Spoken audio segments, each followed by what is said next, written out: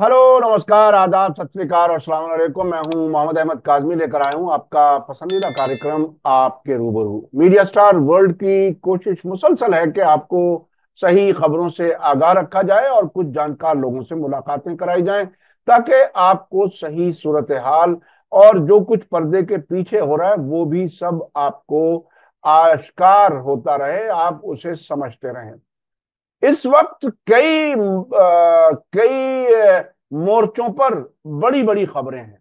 एक तो ये कि डोनाल्ड ट्रंप जो मिडिल ईस्ट का दौरा करके गए हैं, उसमें एक बहुत ही, बाकी तो जो कुछ अरब मुल्कों को वो लूट करके लेके गए हैं, 4 खरब से ज्यादा डॉलर, वो तो अलग। लेकिन एक बात जो इसमें हुई है कि जो कल तक टेररिस्ट था, अबू मोहम्मद अल जौलानी, जिसको अब अहमद अल शरा कहा जाता है, उसकी मुलाकात डोनाल्ड ट्रंप से हुई और सीरिया के बारे में कुछ खास बातें हुई हैं, उस पर बात करेंगे। और इसके अलावा इसराइल के डिफेंस मिनिस्टर ने हूथी अंसारुल्लाह के लीडर को कत्ल की धमकी दी, और उधर यमन ने हैफा बंदरगाह को बंद कर दिया है, ऐलान कर दिया है कि कोई भी यहाँ आएगा उस पर हमले हो सकते हैं। और कई और अहम खबरें हैं। आज हमारे खास मेहमान हैं सैयद अली बाकर आबदी साहब, जो बैरूत में रहते हैं और अल मारिफ यूनिवर्सिटी के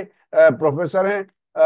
भारत से उनका ताल्लुक बेंगलोर के नजदीक अलीपुर से है, आजकल वो अलीपुर में है, लेकिन खबरों पर नजर बिल्कुल मुसलसल टकटकी लगा करके, जिसे कहते हैं, हर खबर पर नजर है उनकी। और बहुत ही उसमें एक और पहलू यह है कि चूंकि वो उस इलाके को नजदीक से जानते हैं, वहां रहते हैं, वहां के अरबी मीडिया को भी देखते हैं, और जो हिब्रू मीडिया में बहुत कुछ आता है वो अरबी मीडिया में ट्रांसलेशन होकर के आ जाता है, खासतौर पर लेबनान के मीडिया में, उस पर भी मुसलसल वो नजर रखते हैं। सैयद अली बाकर आबदी साहब, वेलकम है आपका। मीडिया स्टार वर्ल्ड को आप वक्त दे देते हैं, उसके लिए बहुत बहुत शुक्रिया। आप ये बताइए कि आप एक लंबे अरसे तक बैरूत में हैं, उससे पहले सीरिया में थे, दमिश्क में, वहां के तमाम हालात आपके सामने हैं। इस वक्त जो सरकार बना करके बिठाई गई है अहमद अल शरा की, वो एक तरफ तो इसराइल बजाहिर ये कोशिश करता है कहने की कि ये टेररिस्ट है और हम इसके खिलाफ हैं, लेकिन इसराइल और अहमद अल शरा के बीच में, सरकार के बीच में बातचीत भी होती है, खबरें आ रही हैं, अजरबैजान में मुलाकात हुई है, कुछ और जगहों पर मुलाकात हुई है। लेकिन जो अभी ताजा सबसे अहम मुलाकात हुई है डोनाल्ड ट्रंप और अहमद अल शरा की, टेररिस्ट टर्न्ड पॉलिटिशियन जिसे कहना चाहिए, उससे एक तो ऐलान किया ट्रंप ने कि पाबंदियां हम हटा रहे हैं सीरिया के खिलाफ, जो अब से पहले की हुकूमत के खिलाफ लगी हुई थी। और अहमद अल शरा से कहा गया है कि इसराइल से ताल्लुकात नॉर्मल कर लो। और क्या कुछ है, हम और खबरों पर भी बात करेंगे, मैं अभी सीरिया पर फोकस रहना चाहता हूं। क्या कुछ है सीरिया के बारे में? जी। बिस्मिल्लाहिर्रहमानिर्रहीम। अस्सलाम वालेकुम। हेलो। नमस्कार। अभी ये ट्रम्प साहब की जो मुलाकात रियाद में सऊदीया गए और उसमें सऊदीया में जितनी भी अरब ममालिक से, खुसूस खलीजी ममालिक से मुलाकात, और मुलाकात के बाद जिस अंदाज से इस दफ़ा मुलाकात हुई है, जितनी जलालत और रुसवाई इस दफ़ा अरब मुल्कों के लीडरों की हुई है, इससे पहले नहीं हुई। काजमी साहब, एक अरबी कायदा है, मैं आपको ये भी बता दूंगा, हमारे के जरिए से तमाम दर्शकों को पता चले कि अरबों का कायदा ये होता है कि जब भी कोई मेहमान जाता है तो उसको कहवा दिया जाता है। हमने और आपने सबों ने देखा कि जब वो कहवा लेकर आ रहे थे देने के लिए, दिया बाकायदा तौर पे, मोहम्मद बिन सलमान को भी दिया और ट्रंप को भी दिया, और ट्रंप ने पिया नहीं उसको, और उसको उठा के रख दिया पीछे बिल्कुल से, और उन्होंने पी लिया। ये अरब कायदा और उनके जो आराफ हैं, जो तकालीद हैं, जो आदात हैं वहाँ की, उस एतबार से अगर कोई मेहमान उनके दिए हुए कहवे को ना पिए तो सबसे बड़ी जलालत समझी जाती है। यानी गोया ऐलान हर्ब, ऐलान जंग समझा जाता है। इससे बड़ी और क्या जलालत हो सकती है कि बावजूद उसके, बल्कि ट्रम्प साहब ये कहना चाहते हैं कि जितना इनको जूतों से मारोगे उतना ही ये सही होंगे और इनसे पैसा निकाला जा सकता है। बात यह है, साफ साफ लफ्जों में अगर कही जाए, तो इसी वजह से 4 ट्रिलियन डॉलर जो है क्या वहां से लेके पहुंचे हैं बाकायदा तौर पे। और उसके साथ साथ एक जो है उसका नाम रखा है, कतर ने जो गिफ्ट में दिया है, खसरुत तायर, उड़ता हुआ महल। उड़ता हुआ महल भी लेके पहुंचे हैं, $400 मिलियन का जिसकी कीमत है।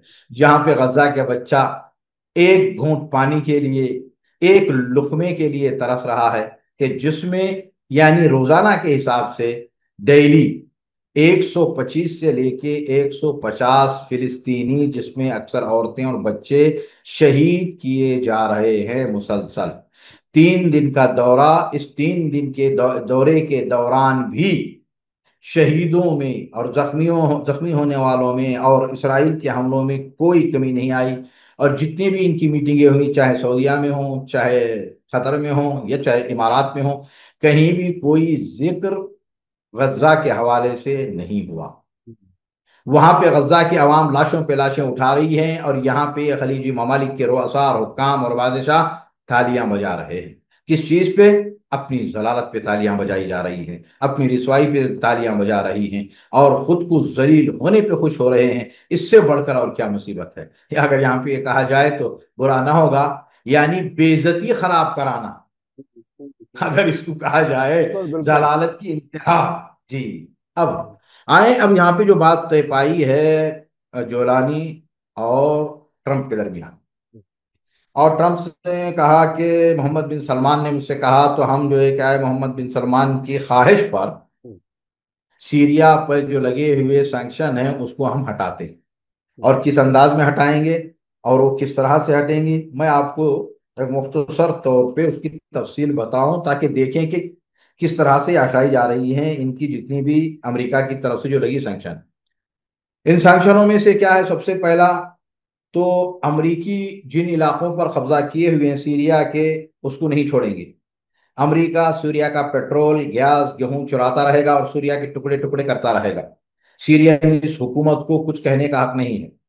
दूसरा, और कभी भी इसराइल सूरिया के जिन इलाकों पर कब्जा कर चुका है, पुराने जोलान का, height of the hills of the Golan, और अभी नए जिन इलाकों पर कब्जा किया हुआ है, उन इलाकों को भी नहीं छोड़ेगा। तीसरा, तुर्किया ने हलब से सैकड़ों की तादाद में जो फैक्ट्रियों को खोल कर लेके गए और वहां तुर्की में जो है उसको फिट कर लिया है, और वो फैक्ट्रियों में से कोई भी फैक्ट्री वापस सीरिया हलब नहीं आएगी। दवाइयों की कंपनियां और फैक्ट्रियां, फूड की फैक्ट्री, लोहा सीमेंट की जितनी भी बंद हुई हैं, वो दोबारा कभी नहीं खुलेंगी। बगैर अमरीकी और इसराइली इंटेलिजेंस की इजाजत के कोई भी काम नहीं करेगा। एक्सपोर्ट इंपोर्ट आज़ादी से नहीं होगा, अमेरिका और इसराइल की इजाजत से किया जाएगा। फिर उससे आगे, इसराइल ने अभी जिन हमलों में सीरिया के जो फौजी अड्डे थे उसको तबाह किया है, और साजो सामान तबाह किया, असलहा तबाह किया है, उसकी भरपाई नहीं होगी, और उसके बदले में कोई चीज का यानी मुतालबा नहीं किया जाएगा।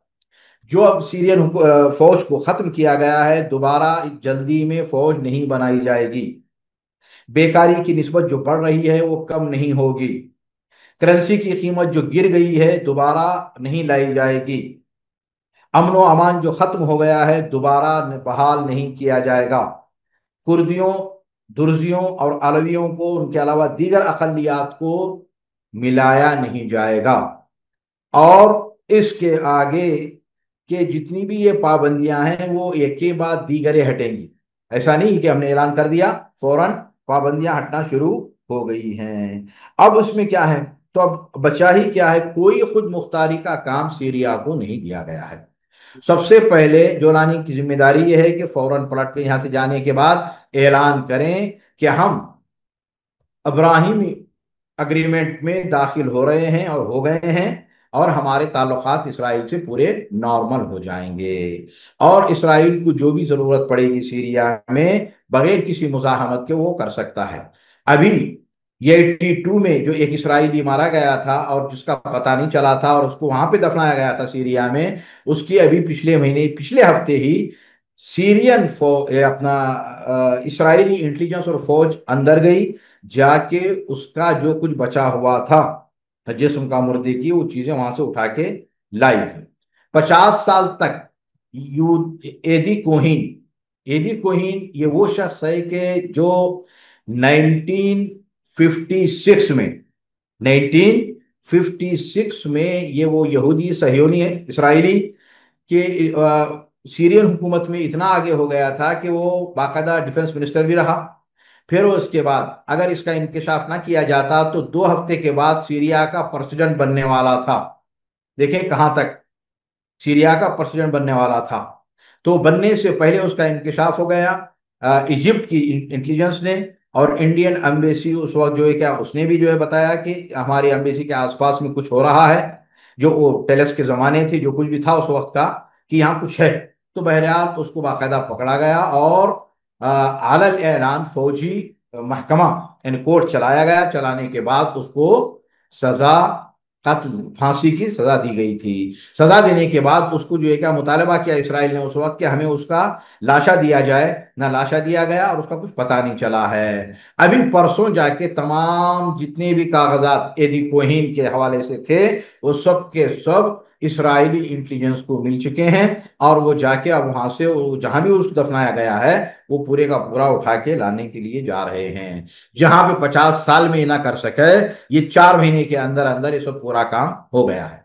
यहाँ पे मैं रुक के दर्शकों को ये बता दूं काजमी साहब, यही बात थी शहीद उम्मत हुज्जतुल इस्लाम से हसन नसरुल्लाह रिजवानुल्लाह ताला अलैह ने कहा था कि सीरिया की हुकूमत से जिस जो चीज की डिमांड की जा रही है वो ये है कि वो अरबों को जलील करने का काम करे, अरबों की जासूसी का काम करे, अरबों में जो तहरीका है मुकावमत हैं, रेजिस्टेंस ग्रुप हैं, उनको खत्म करने का काम करे, और कुछ नहीं है। तो वही हुआ। इसीलिए वहां की हुकूमत के पीछे सारी दुनिया पड़ी हुई थी, और 2011 से लेकर तो मुसलसल बाकायदा कौनी जंग जिसमें 84 ममालिक ने हिस्सा लिया था। अब ये जो कुछ भी हुआ है, मैं थोड़ा सा बीच में रुक करके पूछना चाहता हूँ, ये जो आपने तफसीलात बताई हैं, जो कुछ रियाज में मुलाकात के दौरान तय जी हुआ है, जौलानी और ट्रंप के दरमियान मुलाकात के वक्त पर, ये तफसीलात आपको कहाँ से मिली? ये तो तफसीलात पहली बार सामने आ रही हैं, और ये तफसीलात वो हैं जिसमें मुल्क की हुकूमत के पास कुछ भी बाकी नहीं रहता, यानी वो बिल्कुल अपने घर का भी मालिक नहीं है।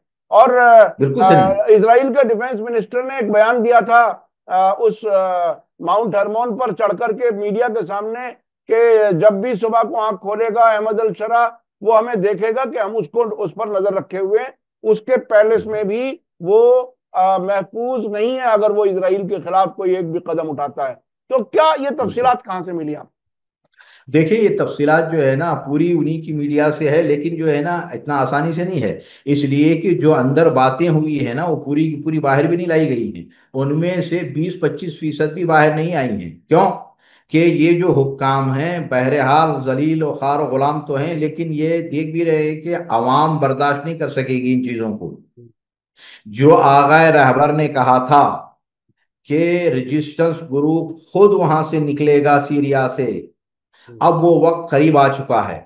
काजमी साहब, हमने इससे पहले भी कई मरतबा बयान किया है कि सीरियन जो पब्लिक है, मैं बगैर किसी तफरीक मजहब व मिल्लत, खुद सुन्नी बरादरान में ये जो चीज पाई जा रही है, 50 साल तक इन्होंने जिसको सबसे बड़ा दुश्मन तस्लीम किया है और मान रहे हैं, जिनको किताबों में सिलेबस में पढ़ाया गया है, अब आया अवाम वहां की जवान बूढ़े बुजुर्ग क्या इतना आसानी से 4 महीने के अंदर जो है क्या इतने बड़े दुश्मन को सीना लगा लेंगे?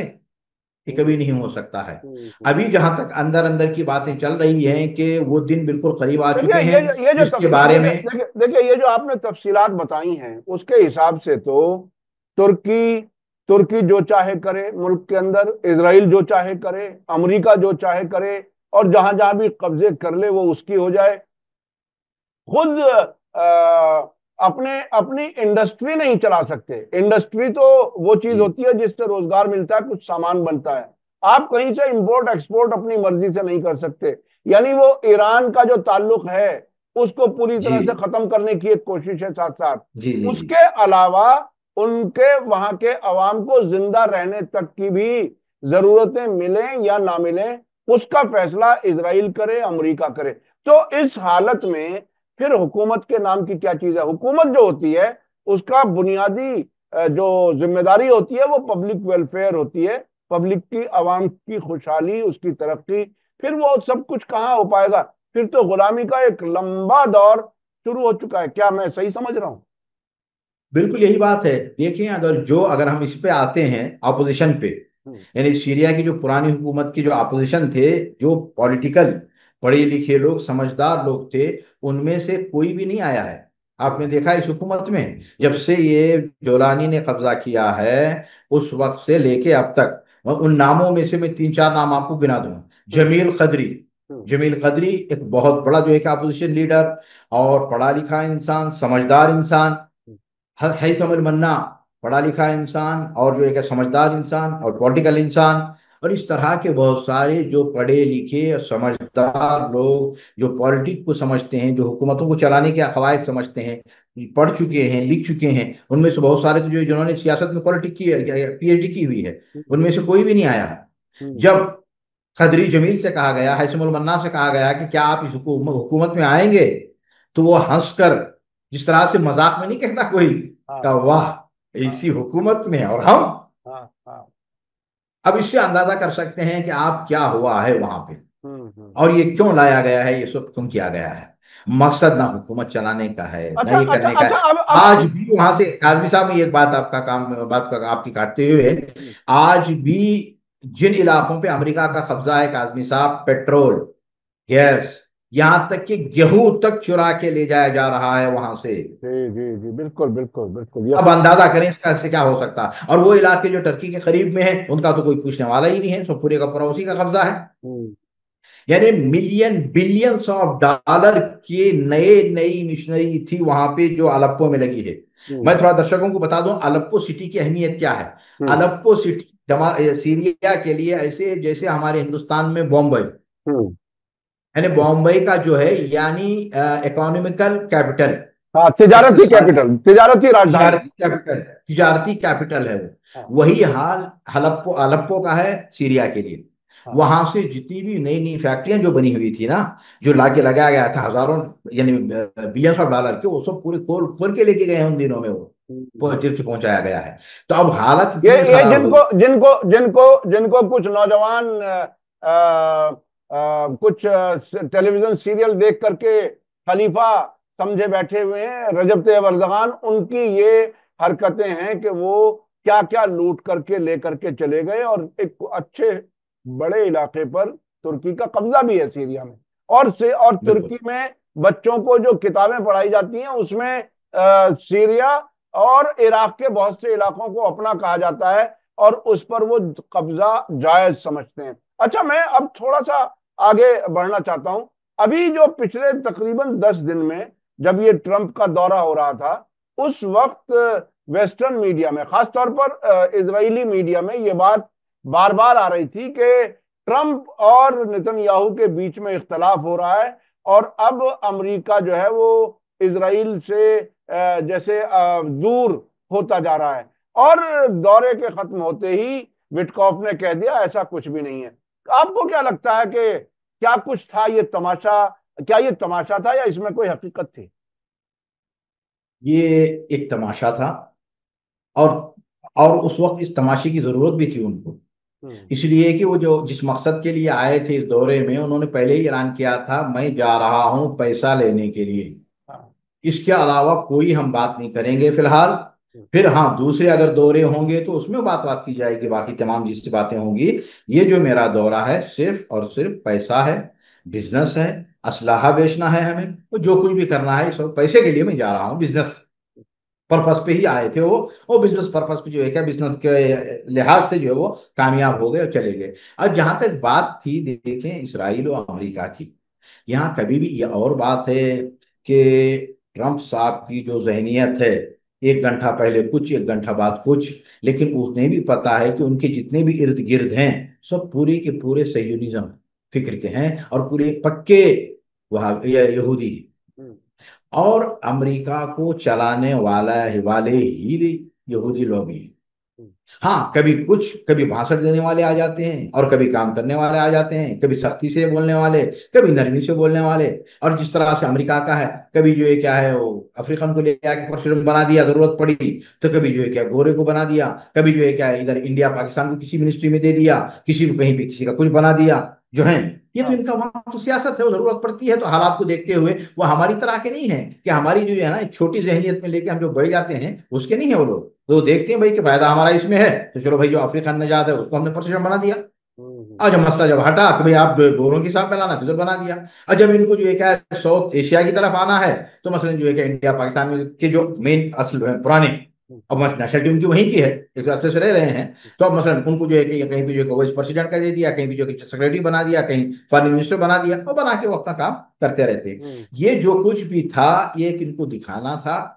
और उसके साथ साथ मामला ये था कि यमनी हुकूमत हाँ। कि हमले इतने तेज हो गए थे कि अगर वो इस इंतजार में रहते कि नेतन्याहू भी मेरे साथ मुवाफिक हो जाए तो मैं करूंगा, तो ये होने वाला नहीं था।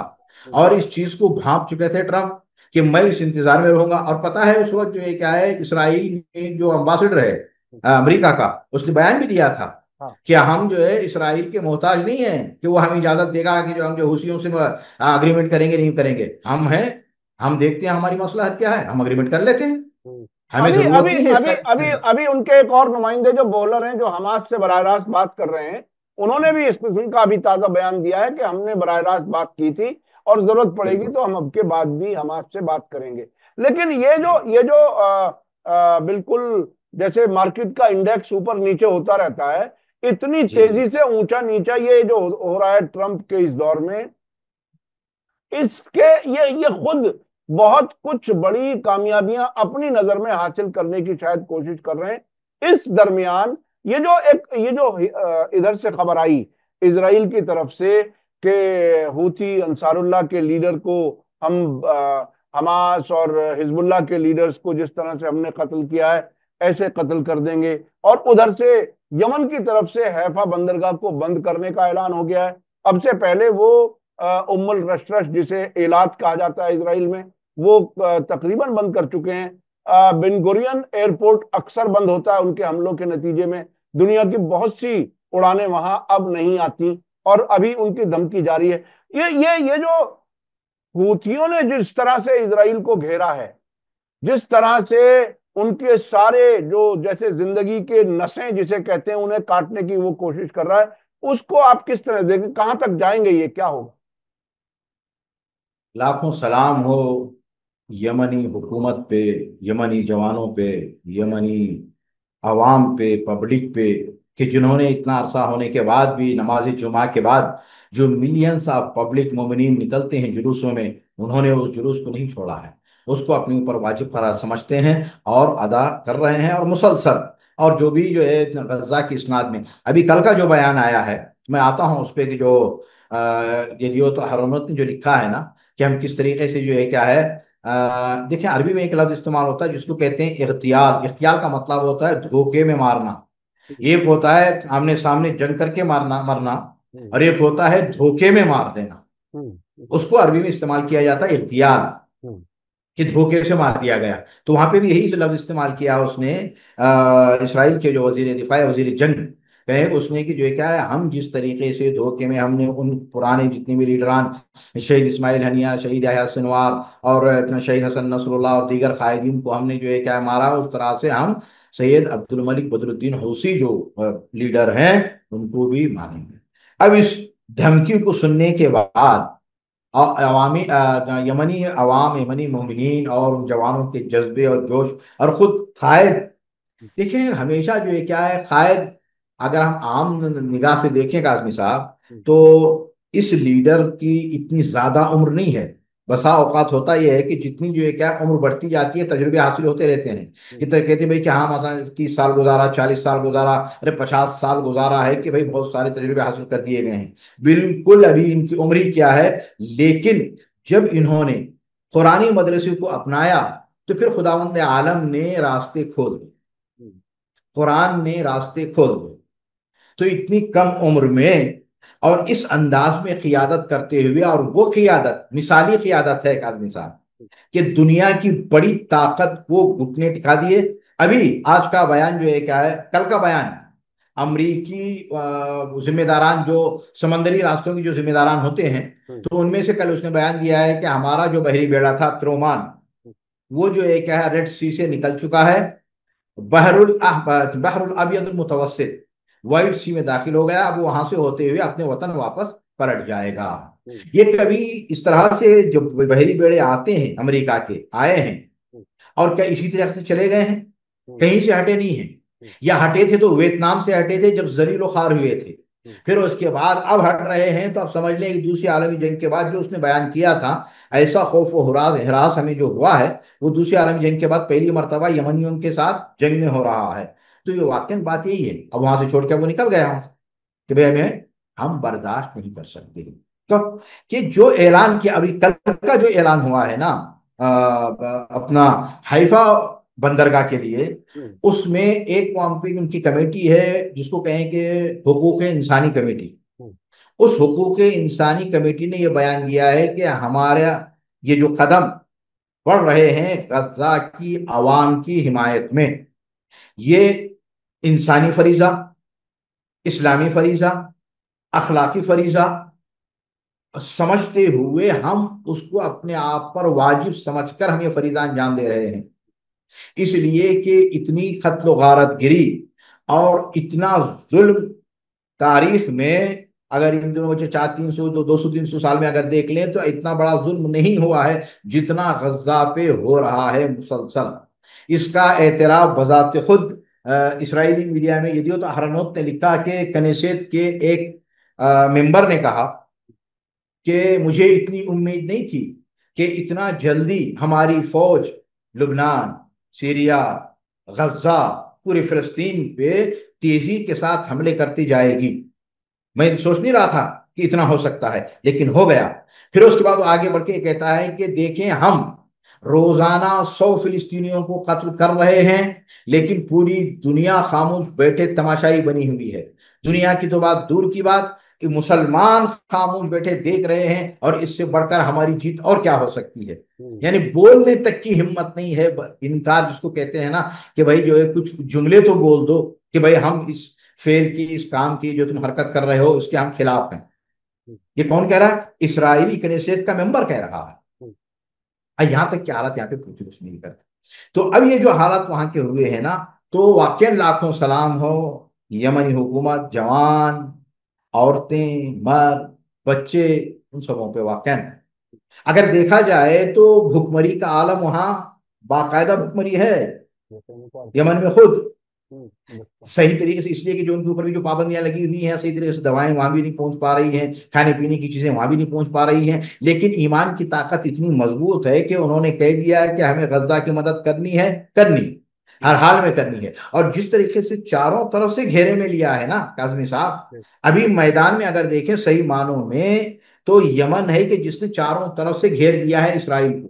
अभी अमरीकी जो क्या है, एक जिम्मेदार का बयान आया था कि अभी कल का जो बयान है, यानी कल रात में 12 बजे से जो ये हुक्म नाफिज होने लगा है इनका, कि जो भी जहाज जाएगा, यहां तक कि सामान लेने के लिए भी नहीं, ये कहा है कि अगर जहाज से सामान दूसरे जहाज में डाला जा रहा है, तब भी वो भी खतरे से खाली नहीं है। कि हैफा बिल्कुल हमारे हमलों और हमारी मिसाइलों की जद में है। हैफा बंदरगाह जिस तरह से उम्र रशराश की बंदरगाह हमारे हमलों के जद में है, वो भी इसी तरह से है। तो ये जितनी भी जो है क्या है कंपनियां हैं, शिप कंपनियां हैं, वो इन तमाम चीजों को देख लें, अपने आप को बचाने खतरे से, वरना जो है क्या खतरा आप पे भी जो है लायक हो सकता है। इस अच्छा, एक बयान के एक एक चीज, बाद हाँ, एक चीज जो मैं महसूस कर रहा हूँ वो ये कि हमारे पास वक्त बहुत कम रह गया है। एक चीज जो मैं महसूस कर रहा हूँ कि ये यमन के लोग इसराइल में बहुत खास पॉइंट्स को निशाना बना करके कामयाबी से हमले कर रहे हैं, और दूसरी तरफ यमन के अंदर ये मुख्तलिफ जराए से, वेस्टर्न जराए से ये बात आ चुकी कि वहां पर उनके लिए कोई खुफिया मालूमात इकट्ठा करने का निजाम नहीं है। यानी इंसानी खुफिया जो इकट्ठा करने का इंतजाम होता है वो उनके पास बिल्कुल नहीं है। तो इस मामले में यमन के हूथी अंसारुल्लाह, जिन्हें नॉन स्टेट एक्टर कह दिया जाता है, कभी बागी कह दिया जाता है, उनके पास इतना खुफिया इंतजाम कैसे आया कि वो इसराइल के अंदर की तमाम खबरें हैं अगर एक जहाज से दूसरे जहाज पे माल लादा जा रहा है उस पे भी उनकी नजर है। क्या कुछ है, आपको क्या लगता है कौन मदद कर रहा है? देखिए काजमी साहब, ये जो शुरू किया है ना, ये अरब हुक्मरानों ने जो कहा अभी जो है ना, इसमें जो ये कॉन्फ्रेंस ये जो हुई थी, मीटिंग जो हुई है ना इनकी, हम्म। इसमें अब क्या बड़े अफसोस के साथ कहना पड़ रहा है। तो एक मुल्क ने अपना बयान जारी किया, अरबी मुल्क, हम्म। उसमें कह दिया यमनी हुकूमत और अमेरिका के दरमियान जो इत्तेफाक हुआ है, जो मुआहदा जो अग्रीमेंट हुआ है, हम्म। उसकी हम मुबारकबाद देते हैं। हम्म। तो फौरी तौर पे मोहम्मद बिन सलमान कहता है कि ये क्या कहा तुमने। तो फिर फौरन अपनी बात को बदल के कहते हैं कि ठीक है, आपका हुक्म सर आंखों पे, यानी यमन की वो हुकूमत की जिसको तस्लीम नहीं करते। हम्म। बदला जुमला फिर ये, हम्म। हम्म। वाह, तुम्हारे बाप तो तस्लीम कर रहे हैं, हम्म। तुम्हारे आका तो तस्लीम कर रहे हैं, और हम्म। तुम तस्लीम नहीं करते। तुम्हारे तस्लीम करने ना करने से क्या हुकूमतें खत्म हो जाती हैं? जी अगर जी वो हुकूमत तस्लीम ना करता अमेरिका, तो इतनी बड़ी डील करता जी जी जी। अमेरिका और इतना बड़ा अमेरिका मुआहिदा एग्रीमेंट करता। देखिए, यमन के हूथियों ने अमेरिका को मजबूर कर दिया कि उनकी ताकत के सामने वो झुके और उसको हुकूमत तस्लीम करे। मैं अपने दर्शकों को बता दूं कि अब तक भी यूनाइटेड नेशन में अमेरिकी हुकूमत के ऐलान के मुताबिक और सऊदी अरब के और इन मुल्कों के अभी भी इंटरनेशनल लेवल पर उस हुकूमत को ही जायज हुकूमत माना जाता है कागजों पर यूनाइटेड नेशन में, जो सऊदी अरब की पिट्ठी हुकूमत थी, जो इसराइल और अमेरिका के प्लान में काम करती थी, और उनके अक्सर लोग रियाज में अभी तक बैठे हुए हैं। अच्छा, मैं बिल्कुल आखिर में, वक्त बिल्कुल हमारे पास कम रह गया है। अभी कल एक बयान आया है ईरान के प्रेसिडेंट का, मसूद पेजेश्कियान का, और ये दूसरी बार एक महीने में तकरीबन दूसरा ये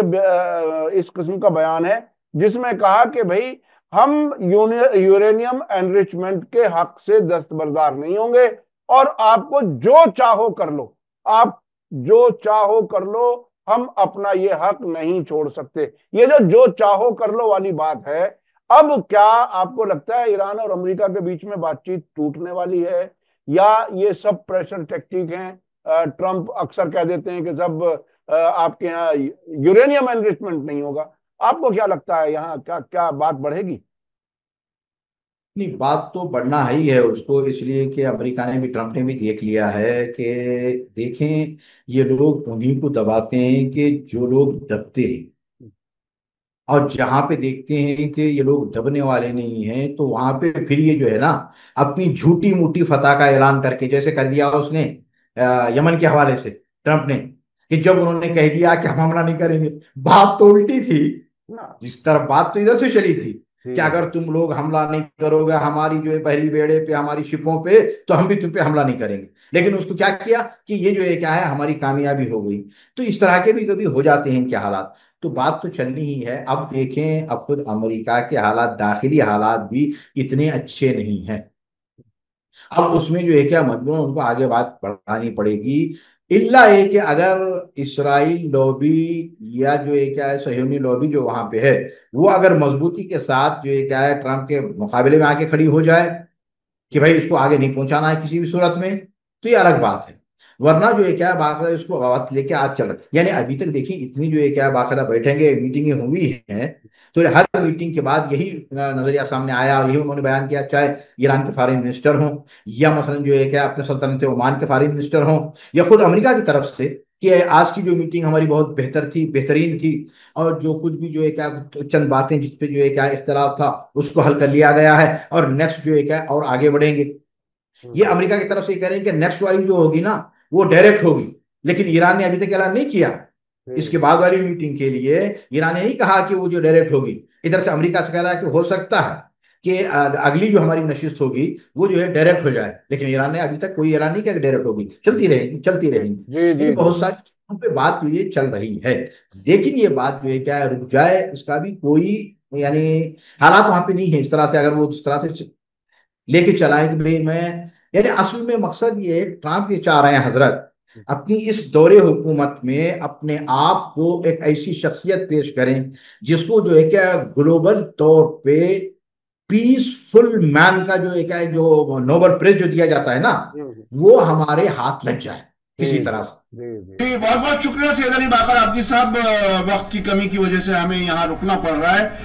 आपने कई अहम नुकात की तरफ तफसीलात आपने दी, जिसमें खास तौर पर सीरिया और अमेरिका और इजराइल के बीच में क्या कुछ मायदा हुआ है। सीरिया की जो सॉवरेनिटी है वो पूरी तरह से कंप्रोमाइज हो चुकी है, यानी सीरिया के तकसीम करने का पूरा इंतजाम और इजराइल और अमेरिका के पूरे वहां पर कंट्रोल का इंतजाम कर दिया गया है।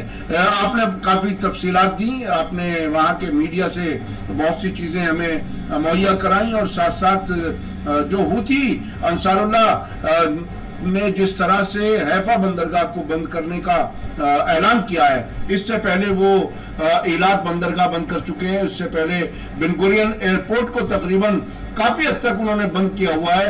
तो वो सारी तफसीलात आपने बताई, बहुत बहुत शुक्रिया। मैं अपने दर्शकों से कहना चाहूंगा कि सैयद अली बाकर आबदी साहब मुसलसल खबरों पर नजर रखे हुए हैं और मीडिया स्टार वर्ल्ड के देखने वालों को वो तमाम तफसीलात पहुंचाने में हमारी मदद करते हैं। इसी के साथ मुझे दीजिए इजाजत। आपको आज की वीडियो कैसी लगी कमेंट में जरूर लिखें। इसी के साथ मुझे दीजिए इजाजत। धन्यवाद, शुक्रिया।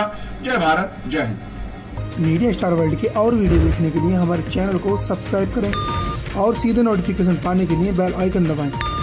और अगर हमारी खबर सच्ची और अच्छी लगे तो अपने व्हाट्सएप, इंस्टाग्राम, फेसबुक और ट्विटर अकाउंट पर जरूर शेयर करें।